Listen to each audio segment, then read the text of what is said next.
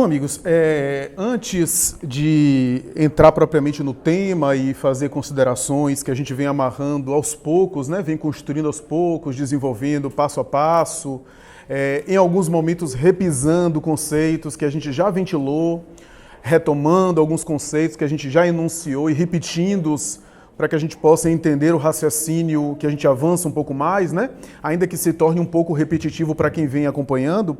É interessante notar que nem todas as traduções do Evangelho segundo o Espiritismo têm, nesse item 4, um título chamado Missão dos Profetas. A tradução de Evandro Noleto Bezerra, que inclusive teve aqui recentemente, na Federação Espírita da Bahia, se não me engano, na própria Mansão do Caminho, Evandro Noleto Bezerra, que hoje, se não me engano, é vice-presidente da Federação Espírita Brasileira.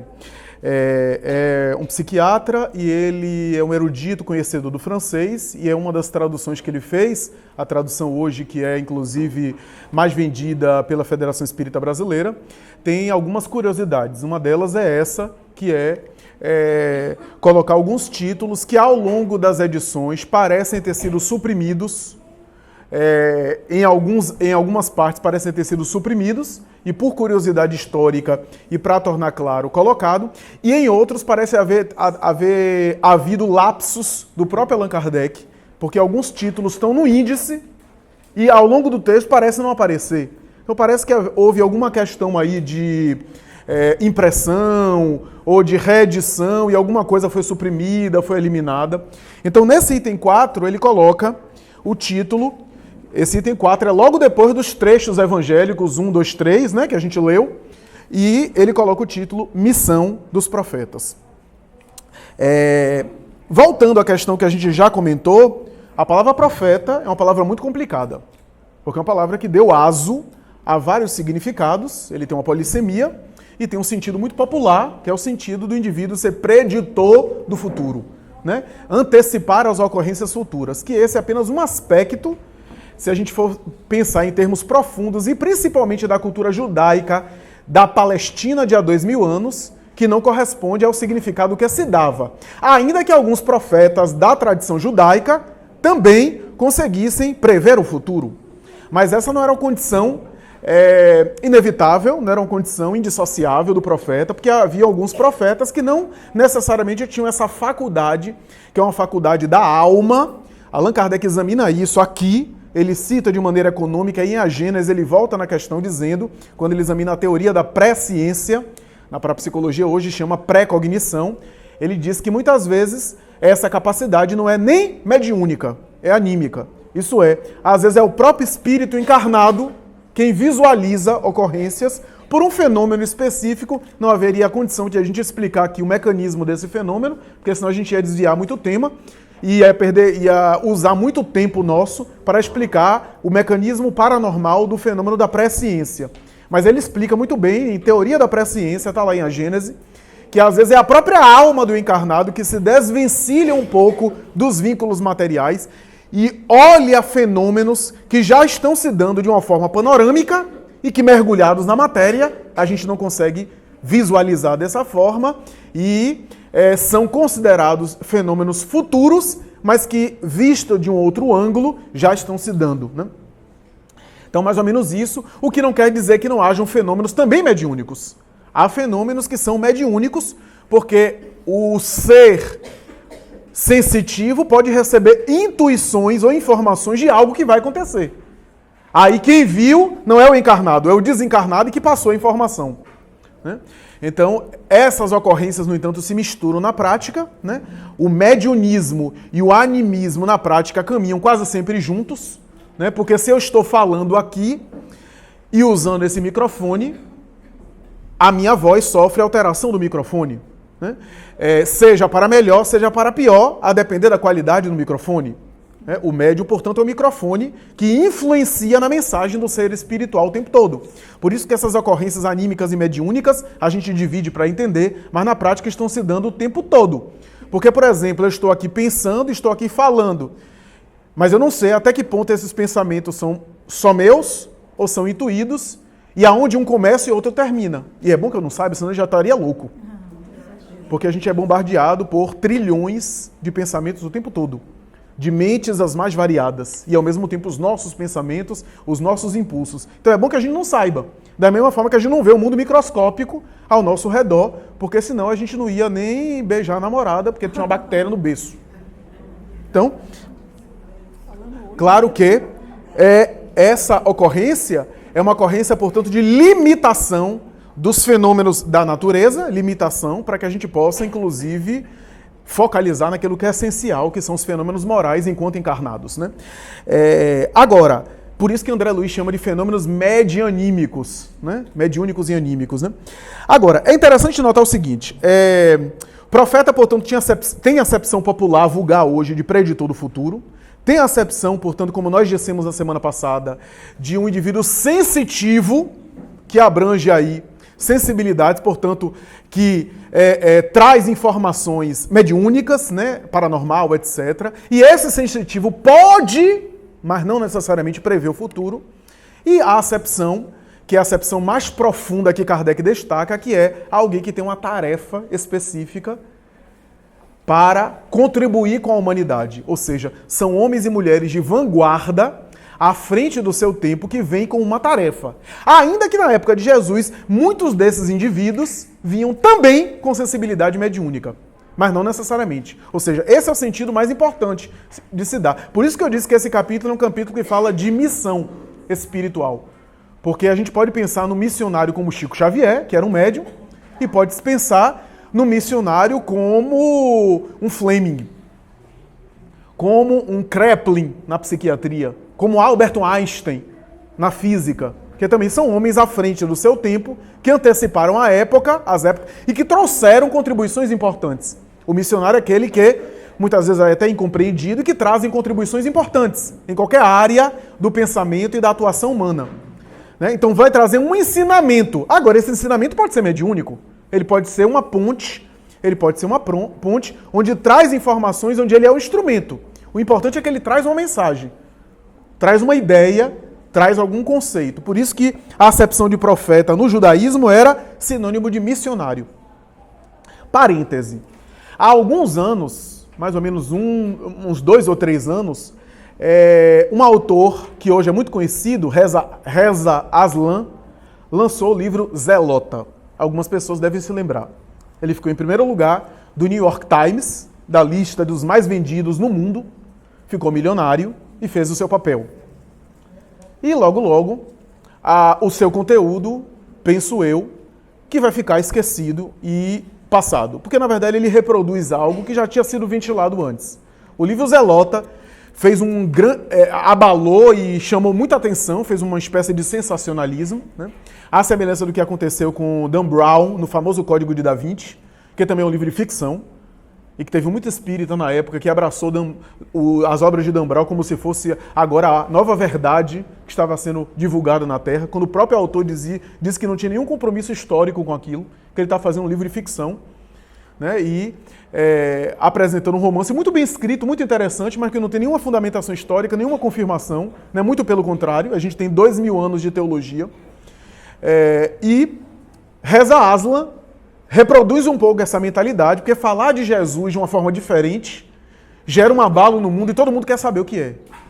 Jesus é essa personagem que chama a atenção, mesmo que quando seus autores não compreendem ele e apresentam ele de uma maneira exótica. Né? Porque como a gente não consegue compreender ele, quer reduzir ele às nossas paixões. Né? Reza Aslan apresenta no livro Zelota a tradição que Jesus era um Messias ou um profeta. O termo zelota, o zelote, é uma tradição do povo judeu, que era alguém voltado para a tradição messiânica. A tradição do povo judeu falava nessa época messiânica que chegaria o Messias, né? E que seria de uma linhagem, na época, que acreditava numa revolução sociológica. E aí, iguala Jesus lembra daqueles nomes que eu citei na semana passada, de alguns profetas que se intitulavam, eram conhecidos como Messias? Todos eles que eu citei pertenciam a essa ideologia zelota. O que Reza Aslan procura defender é que Jesus seria um zelota também. Ou seja, um Messias sociológico, ou seja, um revolucionário que pegaria em armas, que faria uma revolução. Todo o livro dele é baseado nessa tese. defendendo a ideia de que Jesus não é diferente dos outros profetas e das outras personalidades que apareceram na Terra. Bem se vê que a gente não tem tempo para examinar, até porque alguns argumentos dele a gente foi desconstruindo ao longo dos tempos.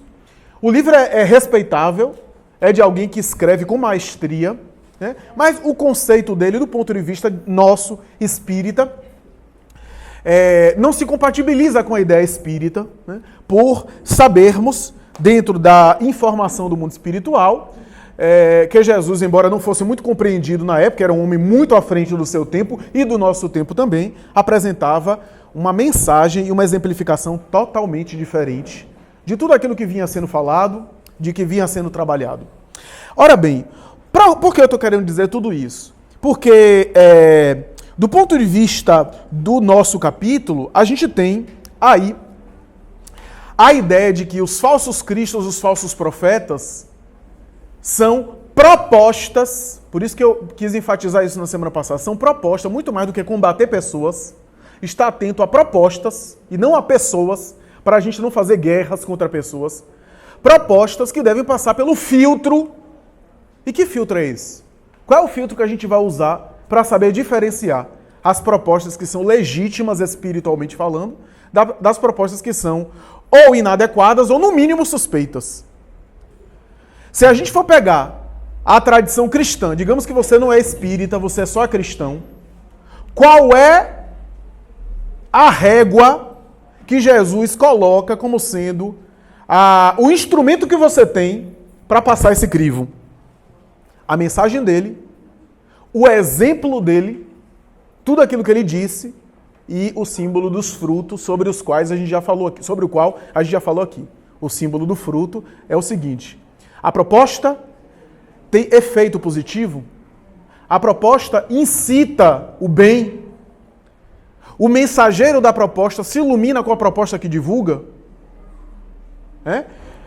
Vamos pegar agora a pessoa, o missionário, o profeta, o tarefeiro, ele é alguém que faz a obra, como nós dizemos, mas ele também se ilumina com a obra, ele é comprometido com a sua evolução, ou ele utiliza de uma proposta para, vou usar a expressão do evangelho, tá? Seduzir, ou seja, para prejudicar ou para se beneficiar de alguma sorte.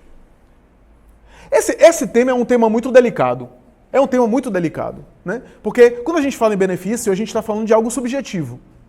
Eu estou aqui, eu estou me beneficiando. Porque o estudo do Evangelho me faz bem também. Mas não é desse benefício que a gente está falando, né? A gente está falando de, por exemplo, eu estar aqui sem nenhum envolvimento com a mensagem e me utilizando da mensagem para chegar em outro lugar, incompatível com a proposta. Por isso que eu enfatizei muito, né? E houve até comentários no vídeo que a gente gravou e divulgou, que a ideia de que não é necessariamente o tarefeiro que não erra, que é impecável, porque isso só o Cristo. São Francisco de Assis, Chico Xavier, por mais santos que foram, erraram também. Oscilaram. O problema não é esse, não é errar. O problema é qual é a proposta, né? Aonde está o meu coração? Eu falei aqui, inclusive, na trajetória de Chico, quantas vezes ele se viu diante de Emmanuel aos prantos, diante de desafios. E Emmanuel assessorando, né? Dificuldades. Então, tudo isso faz parte da tarefa do próprio missionário, né? Mas é muito diferente eu não ter nenhum envolvimento com a causa. E isso, de alguma forma, por isso que Jesus está falando do fruto. Por quê? O fruto não é só a construção externa, mas eu me traio. Eu me traio. Porque se eu estou aqui, por exemplo, querendo alguma coisa escusa, eu vou de alguma forma, em algum momento, me entregar. O que o outro tem que perceber é ter os olhos atentos, o ouvido atento, para perceber aonde é que eu quero chegar. Um espírito desencarnado, a gente vai ver isso aqui nos falsos profetas da erradicidade. Um espírito desencarnado, o que é que ele faz? Ele pode... Allan Kardec, no último capítulo do Livro dos Médiuns, vai trazer uma série de dissertações espíritas e tem um subtítulo chamado Dissertações Apócrifas, ou Mensagens Apócrifas, né? Onde ele coloca mensagens que tinham até um teor moral positivo, convidando o indivíduo à caridade, etc. Mas, espírito superior, a mensagem toda promove o bem. Essas mensagens que Allan Kardec colocou como apócrifa é o seguinte: em meio de muita coisa positiva, aí no meio do negócio lá, antes de terminar, aí a mensagem ia para outro canto. Para uma ideia falsa, para uma distorção, a benefício do desencarnado, porque queria explorar. Que é uma outra coisa, ou seja, eu estou aqui com o interesse de enganar os outros. Eu estou com o interesse de o seduzir aqui é iludir. A gente viveu isso milênios em matéria de fé. Pessoas que sabem, porque uma coisa é o fanático que não sabe e está conduzindo os seus fiéis também daquela, porque ele acredita naquilo. Outra coisa é o indivíduo que está na tradição religiosa do sagrado, que não acredita em nada daquilo, ou sabe que não é por aí, e utiliza daquele discurso para manipular as massas. Esse indivíduo que é o falso profeta. Tem uma alusão muito forte no Novo Testamento que fala dos pecados do Espírito Santo. Eu já falei isso aqui, né? Uma mensagem muito enigmática que diz o seguinte, que o indivíduo que erra com o filho é perdoado. O indivíduo que erra com o pai merece perdão. Mas o indivíduo que erra com o Espírito Santo não é perdoado. O que isso quer dizer? Está lá no Evangelho, com outras palavras, mas está mais ou menos assim. O pecado com o pai, o pecado com o filho e o pecado contra o Espírito Santo. O Espírito Santo aqui é o símbolo das coisas sagradas. Ou seja, enquanto a criatura erra por ignorância, por falta de maturidade, por falta de discernimento, é uma coisa. Mas quando o indivíduo tem um tesouro da fé, o patrimônio do esclarecimento, e conduz de uma maneira a iludir as massas, ele está pecando contra o Espírito Santo. Por que não é perdoado? Perdoado entre aspas. É a própria consciência que não perdoa, porque ele está desperto. Porque não errou por ignorância. Então, esse processo de recuperação é mais difícil. Né? Esse é o processo. Então, é interessante a gente pensar nisso. Né? E aí, voltando àquilo que eu encerrei na semana passada, quando eu falei que do ponto de vista simbólico e psicológico, entenda falso Cristo e falso profeta, para você não ficar querendo colocar ninguém na fogueira da Inquisição, entenda falso Cristo e falso profeta como falsas mensagens. Se o Cristo, ninguém vai ao Pai senão através dele, não através da pessoa dele, mas através da mensagem que ele representa, então o Cristo é uma mensagem. Então entenda falso profeta e falso Cristo como falsas mensagens. Ou seja, mensagens que não estão de acordo com o Cristo, com aquilo que ele representa enquanto ensino. E aí você pode pensar em desencarnado, encarnado, em literatura de pesquisador, literatura de filósofo, palestrante. Isso que é belo da doutrina espírita, né? Porque o palestrante chega aqui, ele fala, é óbvio que ele vai falar também de acordo com a interpretação e o entendimento que ele já tem, mas você pode consultar e ver se ele está conflitando com a obra básica, porque ele não tem autoridade em matéria de fé. Né? Não é a tradição do passado que aquele é um homem de Deus e Deus fala pela boca, pela sua boca. Né? Então, ele representa Deus na Terra. Não. O acesso às informações estão aí para todos nós. Então, por isso que a gente... Lembra que a gente estudou o CUEE aqui? Controle Universal do Ensino dos Espíritos. Kardec vai dizer que esse é um controle para a doutrina espírita. Qual é o controle para a doutrina espírita? É o seguinte... Uma informação para ser dos espíritos, portanto, a informação espírita, é quando essa informação se repete por vários médiuns e por vários espíritos. Kardec fazia isso. Quando André Luiz lançou a tese da colônia espiritual, era opinião pessoal só de André Luiz. Depois, outros autores, alguns que não eram espíritas, médiuns americanos como James Pike, bispo anglicano da Igreja da Inglaterra, recebendo mensagem mediúnica, falando de colônia espiritual. Médiuns que não se conheciam. Aí a gente vai consultar e ver que Zilda Gama, antes de Chico, recebeu informações a esse respeito, não com a mesma detalhe de André Luiz, porque André Luiz foi pioneiro nessa área. Outros médiuns depois de André Luiz, mas aí se confirma. É um consenso. Quando se trata de uma opinião de um espírito isolado, é só dele. Olha o que Kardec organizou como método extraordinário. Né? Porque aí você lê tudo, de encarnado e desencarnado, e vai fazer a comparação. Está de acordo com a codificação? Fere algum princípio doutrinário? Por quê? Aí você vai dizer, Flávio, mas se você está levando a codificação infalível... Não, a codificação não é infalível, mas a codificação não é a opinião de um espírito. Kardec dialogou com mais de 1000 médiuns. Mais de 1000 centros espíritas ele manteve contato. Então, uma mensagem que ele colocou aqui se repetiu dezenas de vezes o mesmo conceito. Uma pergunta que ele fez no Livro dos Espíritos e ele recebeu resposta, foram várias entidades dizendo a mesma coisa. Então, o meu guia espiritual, da minha mediúnica, se falar alguma coisa que estiver contra Kardec, fique com Kardec. Porque o meu guia não pode ser mais importante do que os guias da humanidade. Que foi um consenso. Quer dizer que a codificação disse tudo? Não. Quer dizer que a codificação estruturou as bases. Agora, para eu estruturar o resto do edifício, eu não preciso destruir as bases. Não é que ninguém possa falar nada que não tenha na codificação, porque André Luiz trouxe contribuições que na época de Kardec não havia. A ideia de fluidos, ele desenvolveu.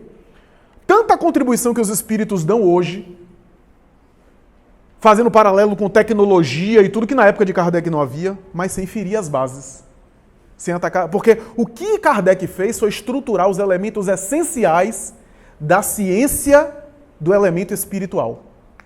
Por isso que Kardec costuma dizer em alguns momentos, o espiritismo está na natureza, o espiritismo remonta à mais alta antiguidade, o espiritismo está na história. Ele não está dizendo da doutrina codificada, ele está dizendo o quê? Dessa noção do elemento espiritual está na história. Sempre houve.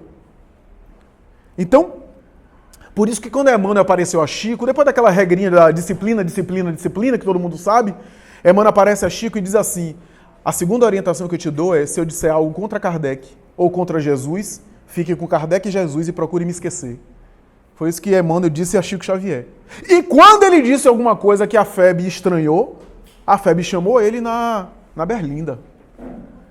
Em O Consolador, ele toca no tema de almas gêmeas, que aparentemente estaria em conflito. E em outro trecho ele fala uma coisa que ficou meio confusa. A Federação Espírita Brasileira chamou Chico e disse assim, isso daqui tem alguma coisa errada.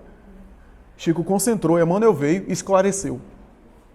Esclareceu o ponto da teoria das almas gêmeas, o que é que ele quis dizer, e esclareceu outro ponto dizendo que houve um problema de filtragem mediúnica. Ou seja, o médium não filtrou bem o pensamento dele. Estamos falando do maior médium do século XX e possivelmente do século XXI. Então, o médium, às vezes, tem dificuldade de filtrar. Né? Se Chico tinha... Aí eu me lembro de uma entrevista a Elias Barbosa que ele vai dizer que Emmanuel permitia, às vezes, que espíritos brincalhões tentassem mistificar.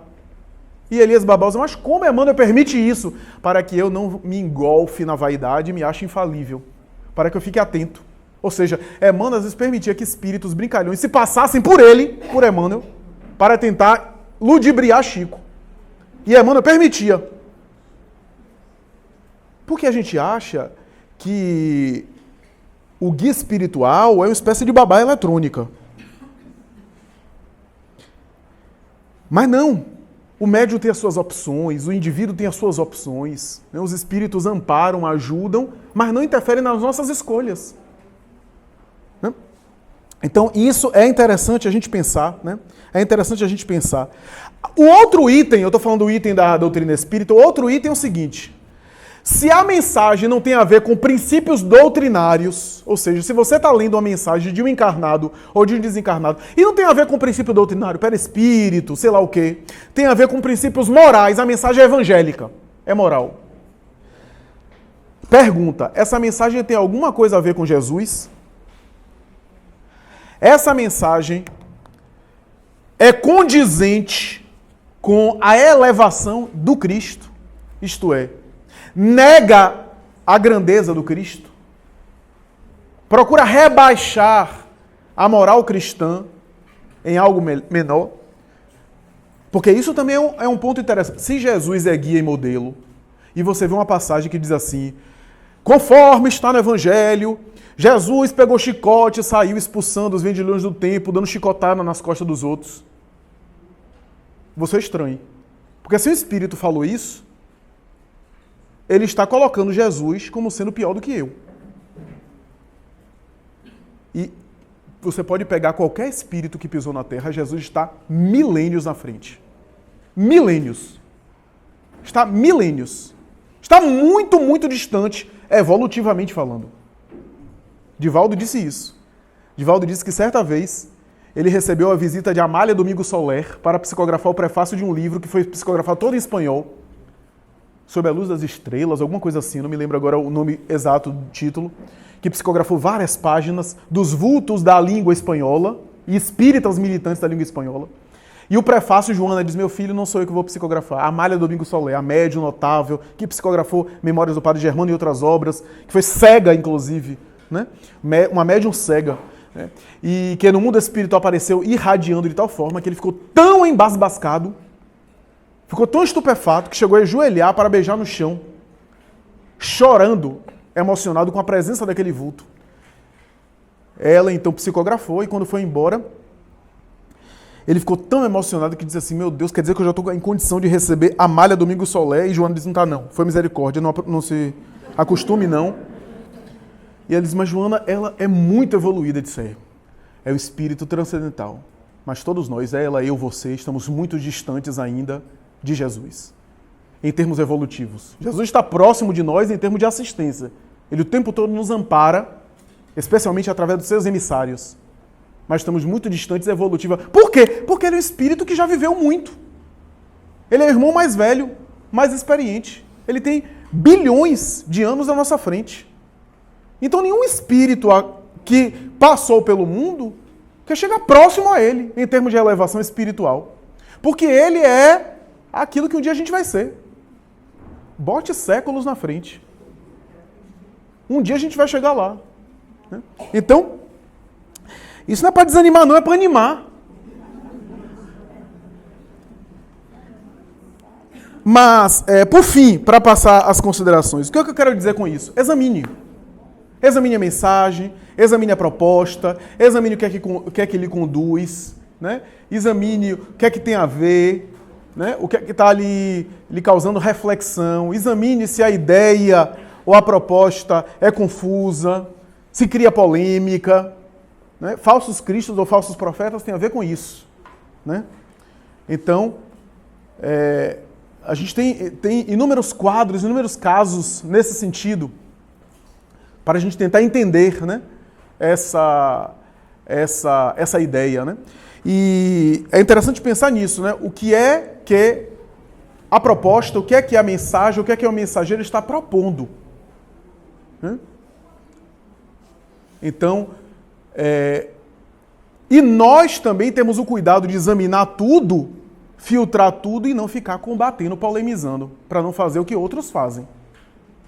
Às vezes alguém chega e diz assim, mas o que é que você acha do autor tal? Eu não conheço. Eu prefiro dizer não conheço. Às vezes eu até conheço, dei uma lidinha, mas de fato eu não conheço, porque às vezes eu não li profundamente. Eu prefiro dizer não conheço, mas eu conheço esse.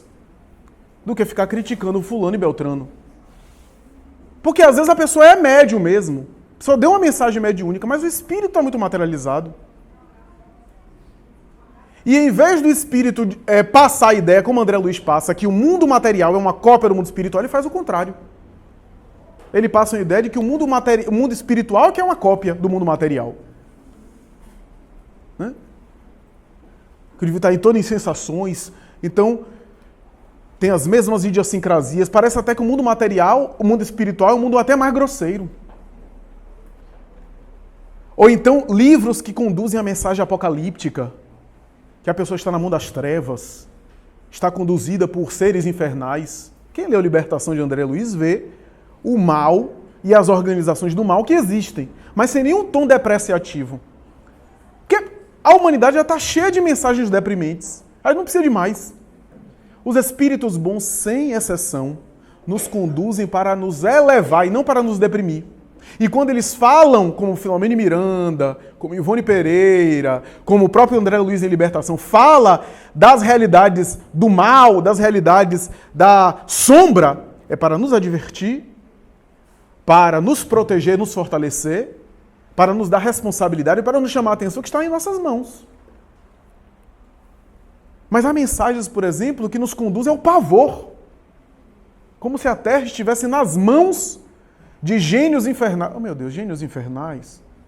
O que é que são eles?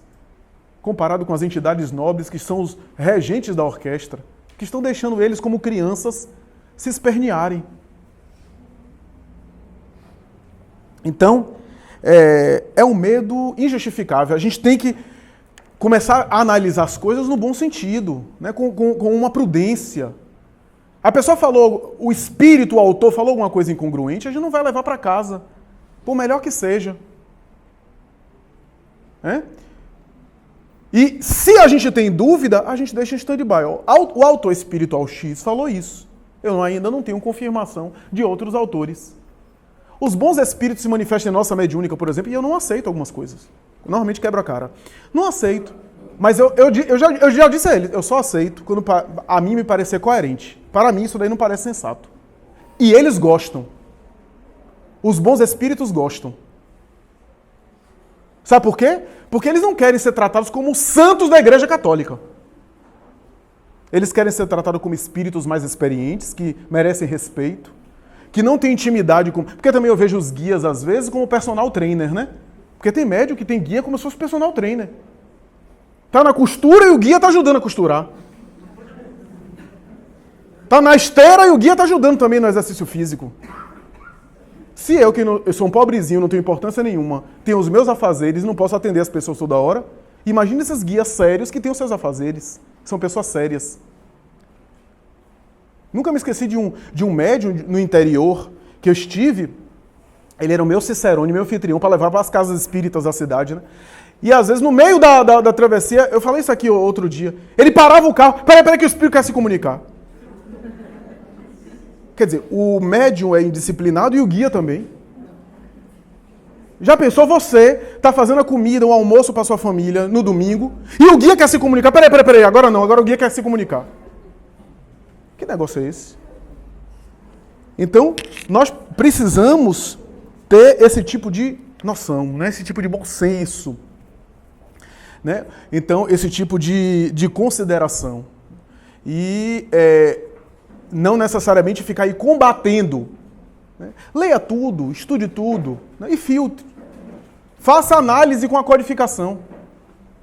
Ah, porque tal entidade, tal espírito está falando que Jesus viveu na Terra com um corpo espiritual e que... Ora, você pode examinar. Do ponto de vista da teoria espírita, é compatível... Kardec chegou a examinar. É possível que Jesus tenha vivido em corpo espiritual? É. Impossível não é. Mas é compatível com a moral do Cristo? Porque se ele tivesse em corpo espiritual, ele fingiu sofrer. Ele fingiu experimentador. Ele fingiu ter necessidades fisiológicas, que em corpo espiritual não tem. Então ele fingiu. Então ele não é um exemplo. Porque se ele estava numa condição diferente da minha, não estava em corpo físico como o meu, como é que ele é guia moral? Ele é guia e modelo da humanidade. Então você faz esse raciocínio. Aí você rejeita um monte de coisa que está por aí. É? Mas para isso a gente precisa estudar. A gente precisa conhecer. Né? E o que é interessante, não combater. Quando o Chico Xavier certa vez recebeu, ele deu essa declaração na década de 60, ele recebeu uma série de mensagens de o príncipe das letras do Brasil, Machado de Assis. Ele recebeu uma série de mensagens de Machado de Assis. Ele comentou isso com o Arnaldo Rocha. O Arnaldo Rocha disse, inclusive, o maior amigo de Chico Xavier. E, na mesma época, um médium, também de Minas Gerais, começou a receber mensagens de Machado de Assis. E que não tinha nada a ver com Machado de Assis. Nem o estilo. Machado de Assis desaprendeu português no além, começou a errar coisas banais e dizer coisas banais que qualquer um podia falar. E a coisa ficou muito difícil. Uma polêmica surgiu, porque Agripino Grieco, o grande crítico literário, imortal da Academia Brasileira de Letras, que foi até Chico Xavier para desmascarar Chico e se rendeu. Diz, eu não consigo compreender esse fenômeno, porque eu não acredito em mediunidade, mas eu sou especialista na Academia Brasileira de Letras da obra de Humberto. E esse estilo aí é Humberto de Campos. Esse homem não podia, ele não teria condição de fingir o estilo de Humberto de Campos. É Humberto de Campos. Agora, como Humberto de Campos escreveu, eu não sei. Quer dizer, honestamente, o mesmo Agripino Grieco examinou as mensagens desse médium e disse que não tinha nada a ver. Não se parecia nem de perto com Machado de Assis. Chico disse que Emmanuel chamou Machado de Assis e disse: suas mensagens não serão publicadas. Você é uma pessoa muito conhecida na Terra, mas iremos rasgar, eu vou pedir um médium para rasgar e desaparecer. Porque o seu nome na Terra está envolvido em muita polêmica. E nós não queremos polêmica. Se o nosso médium publicar, vai haver comparação e vai ser pior. E nós não temos essas mensagens, porque Chico descartou-as. O cuidado do guia espiritual. Vejam que coisa. Por quê? Para não envolver em polêmica. Né? Então, eu acho que é interessante a gente pensar nisso, né? O profeta, o falso profeta está, né, com outras... Eu me lembro, olha, eu tenho me surpreendido e tenho me chocado até no movimento espírita. Há alguns anos, eu vi que a coisa era mais séria do que eu imaginava. Depois de uma palestra, numa casa irmã, alguém se aproximou e disse assim, vem cá, quanto é que você cobra para fazer as palestras? Eu disse, não, bebê, eu tentei explicar. Não, fale a verdade. Fale aí. Eu vejo você no seu espírita tal. Eu digo, o valor, a gente pode acertar um valor. Afinal, né? Você despende tanto tempo disso, não é possível. Você deve estar cobrando um valor, afinal, são tantas palestras. E eu tentando explicar, eu vi que a pessoa estava irredutível. E depois, quando eu fui ver o negócio, que tem gente que cobra por palestra, aí eu vou dar uma mensagem, porque espiritismo não tem casamento. Mesmo alguns espíritas querendo que queiram, o espiritismo não tem casamento, para não repetir os erros do ritual de outras doutrinas que fez um profissionalismo religioso. Mas nada impede que o espírita seja chamado para dar uma mensagem num casamento onde dois indivíduos que são espíritas estão enamorados, estão ali formalizando a relação do ponto de vista das leis humanas. E eu fico assombrado, às vezes, com as propostas. Aí eu vou numa faculdade, certa vez eu fui na faculdade, durante esses anos, às vezes a gente é chamado para dar uma mensagem no culto ecumênico de uma formatura. E os valores que querem negociar com a gente, eu disse, não, peraí, meu filho. E aí a pessoa, não, porque fulano de tal, na formatura de medicina, cobrou tal, Beltrano cobrou X, cobrou Y, e aí começa a dar o nome, porque também existe isso. Aí dá logo o nome aos bois. Espera aí, não, mas o meu salário é outro.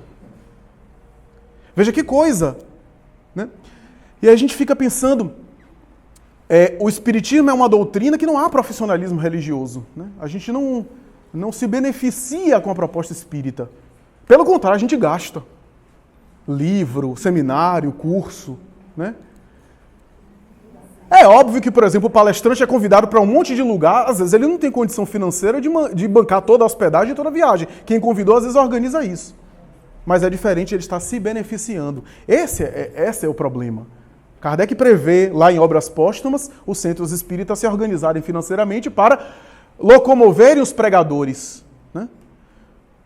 Então, mas daí ele se beneficiar com isso, ele fazer disso uma profissão, e às vezes uma profissão indireta. Eu nunca me esqueci, eu vi, ninguém me falou não, eu vi na Mansão do Caminho alguém chegar com um relógio Rolex e dar para Divaldo. Eu vi. E Divaldo olhou e disse, minha filha, imagine, ele brincando, né? Imagine eu, em Pau da Lima com um relógio desse. Não, é porque eu vim do exterior, era uma pessoa com condição, eu vim do exterior, eu gosto tanto do Senhor que eu quero lhe dar. Minha filha, não me dê isso. Você quer me dar um presente? Ore por mim. Porque os guias não ficam satisfeitos se eu receber. Porque eu estou ganhando, comercializando minha mediunidade de maneira indireta. Ah, mas eu gosto de você. Então ore por mim. É o presente que você pode me dar. Ora bem, é claro que numa confraternização, uma pessoa quer presentear o outro, é o dia do aniversário, mas tudo tem um senso. Como certa vez deram um carro para Chico Xavier. Um carro, um veículo. Tem uma outra personagem conhecida da mídia brasileira que diz, eu fui até Chico e dei uma joia para ele. Ele próprio falou. Me referindo ao estilista já desencarnado Clodovil. Ele falou, eu fui a Chico e dei uma pulseira de ouro. Antes de sair, eu vi um mendigo com a pulseira na mão. Ele já tinha dado adiante. Ele passou adiante.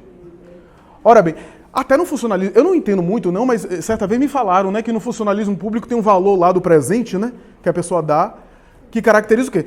Nada demais, a pessoa tá, eu quero presentear você, tá no seu aniversário, mas tudo tem um bom senso, né, tem um nível, né, para a gente não estar ganhando indiretamente.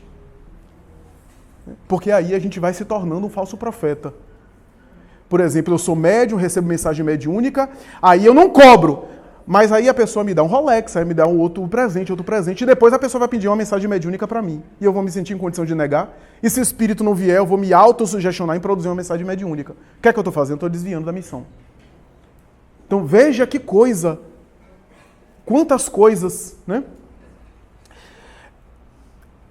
Divaldo Franco, eu posso falar isso porque uma pessoa muito próxima dele me falou isso. Divaldo Franco, na Mansão do Caminho, ele paga um aluguel para morar lá. Já tentaram demover ele, já tentaram retirar isso. Ele tem um salário de funcionário público do IPASE, hoje INSS, uma sigla muito abençoada e querida pelos brasileiros.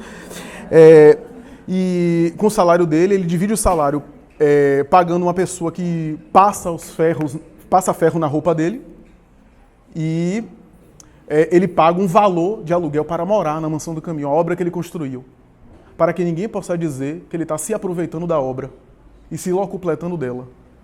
Mas nem todo mundo é assim. Arnaldo Rocha costumava dizer, que Chico ia às livrarias e comprava com dinheiro livros que ele psicografou para presentear. Às vezes o dono da livraria queria dar de presente e diz, não. Quer dizer, é esse desinteresse que caracteriza também o verdadeiro profeta. Profeta aqui no sentido verdadeiro missionário, tarefeiro do bem, né? Alguém que está bem intencionado, é isso, né? Para não colocar profeta como alguém só iluminado que vai regenerar a humanidade. É nesse sentido, o desinteresse pessoal, né? O desinteresse pessoal. Então vamos passar aí para considerações, dúvidas.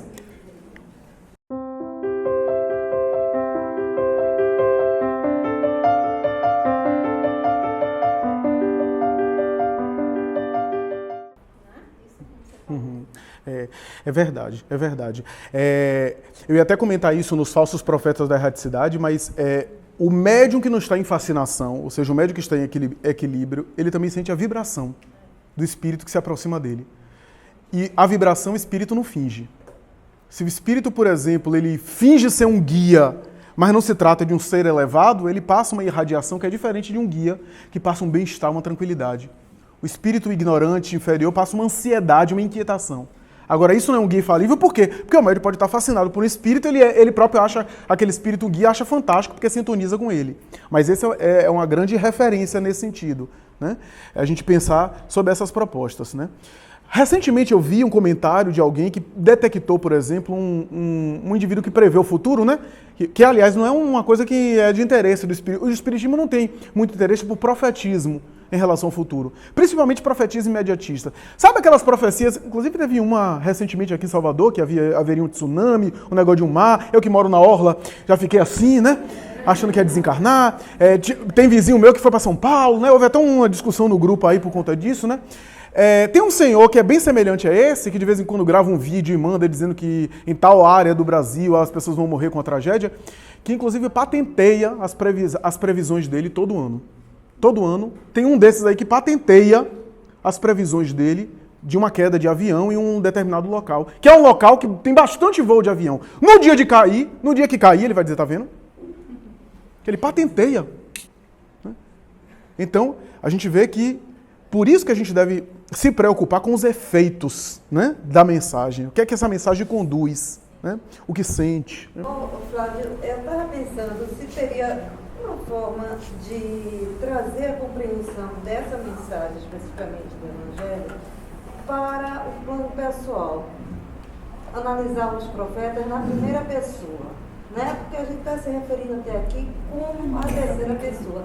E isso que a Norma falou agora até responde mais ou menos o que eu estava pensando, em manter a preocupação com a mensagem que a gente está passando o tempo todo, né? Porque é muito difícil avaliar, julgar, incita até o julgamento, né? Um falso profeta. Eu fico pensando muito nesses pastores que a gente tem conhecimento, dessas igrejas milionárias que tem no Brasil, que fazem a pregação e depois saem no helicóptero com mala de dinheiro, como já apareceu, né? Só que a gente tem uma compreensão disso, né? Mas aqueles fiéis lá, o que essa mensagem diria para eles? Provavelmente nada. Exato, exato. Por isso que é importante, sua alerta é importante, para a gente não pegar essa mensagem e achar que a gente vai combater as pessoas, né? Por isso que eu estou trazendo para o plano simbólico, né? Falso Cristo, falso profeta, como equívocos espirituais, né? Como distorções espirituais. Porque as religiões organizadas estão aí para atender às necessidades distintas de consciência. Alguns indivíduos precisam de outras demandas e mensagens espirituais, e é bom que haja. Claro que os líderes esclarecidos que estão à frente, é um problema da consciência de cada um. Se eles estão conscientemente iludindo as pessoas é outra coisa. Né? Mas as pessoas estão, às vezes, buscando aquelas propostas também. Né? Como eu falei aqui, um caso emblemático de Raul Teixeira, que depois daquilo ele disse, está tudo certo, está todo mundo no seu lugar. Está todo mundo no lugar que está. Não mexa, não deixa a pessoa lá. Né? Eu já citei aqui, vocês lembram, né, da mensagem de Raul Teixeira, do cara de Raul Teixeira, que ele ficou muito sensibilizado com a fiel, né, de uma doutrina protestante. E por conta dos sacrifícios dela e da exploração, né, em relação ao líder religioso, e o guia espiritual disse, meu filho, ela está onde ela precisa estar, onde ela está buscando, porque no fundo a fé dela é interesseira. Ela foi para essa proposta de fé porque ela está dando 10% do salário, porque acha na promessa que vai receber uma casa com piscina. Então a fé dela também é interesseira, então ela está onde ela precisa estar para aprender e para crescer. Está tudo certo. Né? Aí o Espírito ainda disse, sabe por quê? Antes dela estar nessa proposta, ela recebeu outros convites. E ela não foi, não aceitou. Ela sintoniza com isso ainda. Né? Então, é importante a gente pensar também nisso, né? nessa diversidade. Agora, é claro, a nossa proposta, por isso, é examinar, para a gente também não cair no risco de julgar e às vezes até ter um julgamento equívoco. Eu falei aqui que houve julgamentos, inclusive, de pessoas respeitáveis, o próprio Divaldo sofreu isso. Né? Quando ele começou na tarefa dele, ele foi considerado uma pessoa equivocada, né? Uma pessoa que era um médium mistificador. Divaldo foi considerado por muitos anos um médium mistificador. A Leal foi aberta, a livraria Espírita Alvorada Nova, na Mansão do Caminho, para publicar as obras dele, porque as editoras do Movimento Espírita Nacional fecharam suas portas. Porque ele foi considerado um mistificador. A palavra da época dos líderes espíritas, principalmente uma personalidade de São Paulo e outras de Minas Gerais, que tinham muita respeitabilidade junto à Federação Espírita Brasileira, pressionou a FEB e havia uma possibilidade de uma polêmica. Divaldo era muito jovem, estava começando. Né? Um dos primeiros livros dele, Nos Bastidores da Obsessão, quando foi publicado pela FEB, porque esse é pela FEB, de Filomeno de Miranda, foi categorizado por essa pessoa, que foi um grande intelectual, como uma cópia imperfeita de Ivone Pereira. E ele foi, portanto, vetado. Foi um equívoco de pessoas, inclusive todas elas do movimento espírita, trabalhadores dedicados, mas que examinaram mal, que analisaram mal e cometeram um grande equívoco. E a gente vê pessoas, às vezes, do bem, sendo considerados charlatães, né? Sendo considerados mistificadores. Por isso esse nosso cuidado. Tarefeiros verdadeiros. O próprio Chico foi considerado no início da trajetória dele, depois da tragédia com o sobrinho dele, ele foi execrado. Davi Nasser e Jean Mazon, que eram líderes da revista O Cruzeiro, eu sei que foi na outra encarnação que eu vi isso, na revista O Cruzeiro, que é uma revista de uma circulação de grande impacto, não apenas no Brasil, né? Maior do que essas revistas que a gente tem hoje aí, Folha de São Paulo, Veja, Isto É, tinha um impacto muito grande no Brasil e até no continente, publicava mensalmente uma matéria contra Chico, chegaram a acusá-lo de pedofilia. Uma foto que tiraram com uma criança no colo que ele tinha, e elaboraram a matéria. Chico sofreu muito, calado. Emmanuel dizia, não se defenda. Aprenda a não ter defesas pessoais. Porque quanto mais você se defende, mais você valoriza. A gente vê isso em tarefas menores, as polêmicas entre os espíritas em nível menor.